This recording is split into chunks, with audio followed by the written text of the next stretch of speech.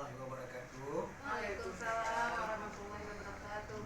Alhamdulillah, puji dan syukur kepada Allah Subhanahu wa taala dan juga salawat dan salam kepada Nabi besar Muhammad sallallahu alaihi wasallam. Apa kabar ibu semuanya? Baik. Alhamdulillah, kalau baik-baik saja.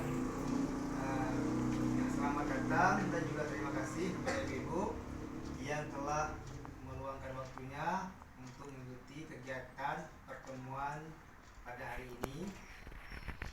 Sebelum kita memulai pertemuan pada hari ini, kita sama-sama berdoa dengan membacakan basmalah.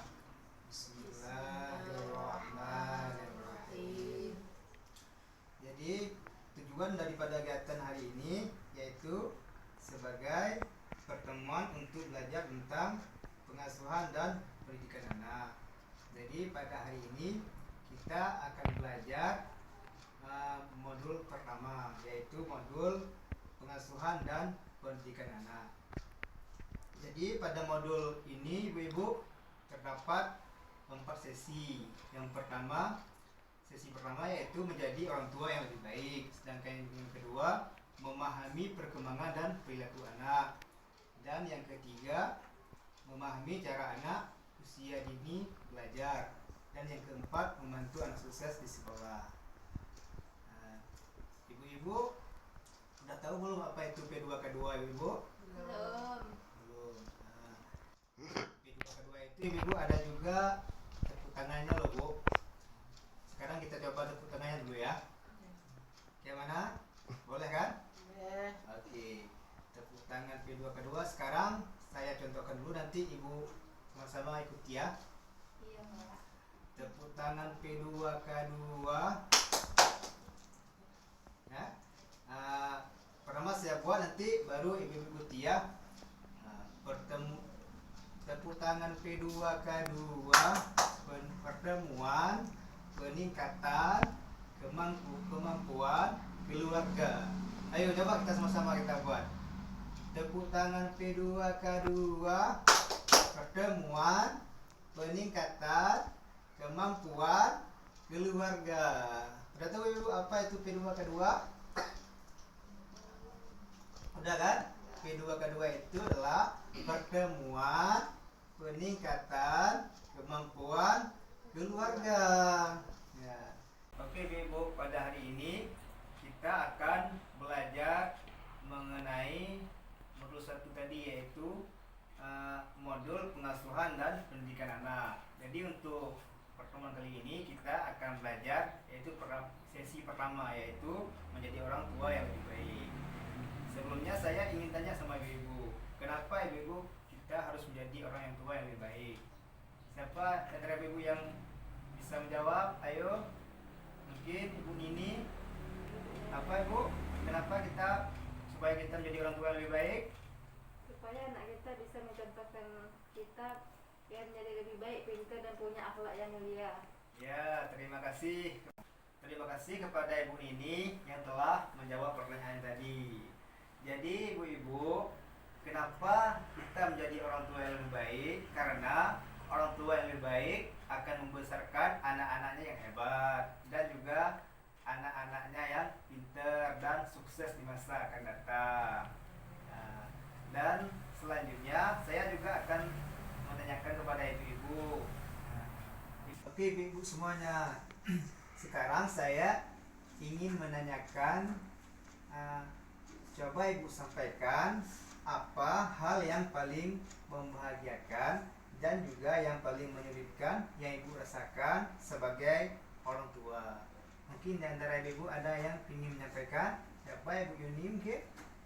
Apa ibu? Patuh. Patuh ya, patuh itu adalah salah satu contoh hal yang paling membahagiakan. Jadi dengan anak kita patuh, orang tua juga ikut bahagia. Kalau misalnya yang menyulitkan ibu-ibu, ada? Ya, terima kasih kepada ibu. Itu adalah salah satu contoh yang menyulitkan, yang bisa menyulitkan orang tua. Jadi ibu, cara menjadi orang tua yang lebih baik itu dengan cara kita mengingatkan hal-hal yang membahagiakan yang dirasakan sebagai orang tua, karena ini dapat memperkuat kasih sayang orang tua kepada anaknya. Selain itu, dengan berbagi dan berdiskusi mengenai masalah atau tantangan dalam mengasuh anak sehingga bisa lebih ringan dalam menghadapi masalah yang ada.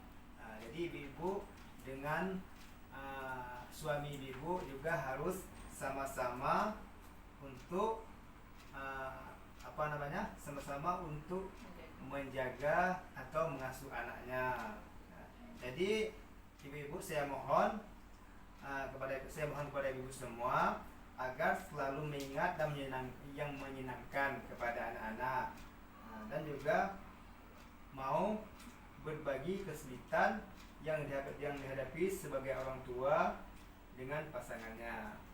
Jadi nanti ibu tolong dipraktekkan di rumah masing-masing ya. Jadi tolong ibu-ibu lebih baik lagi bersama anak-anak. Jadi topik selanjutnya yaitu tentang memahami pentingnya menyamakan perkataan dengan perbuatan sebagai orang tua. Jadi sebelumnya kita ibu-ibu mencoba kita bermain ya. Gimana, bisa ibu-ibu kita bermain? Bisa. Ibu, sekarang ibu-ibu ikuti bagaimana gerakan saya, ibu ya. Ayo, kepala, pundak, lutut. Kepala, pundak, lutut. Kepala, pundak, lutut. Lutut, kepala, pundak. Pundak, kepala, lutut. Gimana ibu? Udah pada ibu kan? Jadi apa yang bisa ibu rasakan tadi? Bingung. Ibu pasti merasa bingung ya. Dari permainan tadi, ibu-ibu apa yang ibu rasakan atau apa yang ibu ikuti? Suara atau gerakan saya, ibu? Gerakan. Jadi ibu-ibu lebih mengikuti gerakan saya daripada perkataan saya ya. Begitu juga ibu-ibu kita dengan anak-anak di rumah ibu-ibu. Jadi jangan sampai nanti kita bilang ke anak-anak, nak sholat dulu nak, sedangkan kita nggak mau sholat kan. Begitu juga dengan yang lain. Jadi kesimpulan dari pada permainan tadi yaitu lebih mudah mengikuti apa yang kita lihat daripada yang kita dengar. Begitu pula dengan anak-anak kita ibu. Anak-anak akan cenderung mencontoh atau meniru perbuatan daripada perkataan orang tuanya. Jadi cara yang kedua menjadi orang tua yang lebih baik adalah sejalan antara perkataan dan perbuatan.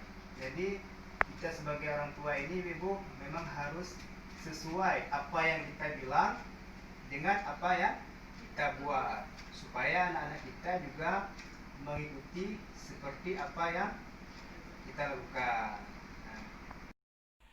Jadi ibu ke depan ibu lebih sayang lagi kepada anak-anaknya ya, dan juga ibu-ibu jangan pernah memarahi anak-anak dan juga jangan berbuat kasar kepada anak-anak, karena kalau misalnya ibu membuat kasar kepada anak-anak juga nanti mengikuti apa yang ibu berbuat kepadanya ya. Jadi bagaimana kedepannya ibu supaya menampakkan lebih baik lagi dengan anak-anak ya. Ibu-ibu juga harus mengendalikan emosi di hadapan anak-anak ya. Nanti apabila mungkin ibu lagi emosi, ibu jangan menampakkan dulu di depan anak-anak. Begitu juga dengan pertengkaran antara ibu dan suami. Kalau misalnya nanti ada yang berbeda pendapat, jadi tolong ibu untuk membatasi dulu di depan anak-anak ya. Nanti kalau misalnya ada permasalahan apa dengan suami, nanti bisa untuk ibu mengkomunikasikan lagi di belakang anak-anak. Misalnya di sana anak-anak sudah tertidur atau anak-anak sudah bermain ya. Jadi mungkin untuk pertemuan kali ini kita kita cukupkan di sini aja Ibu ya. Nah, insya Allah di bulan depan kita akan berjumpa kembali di sesi yang lain lagi ya.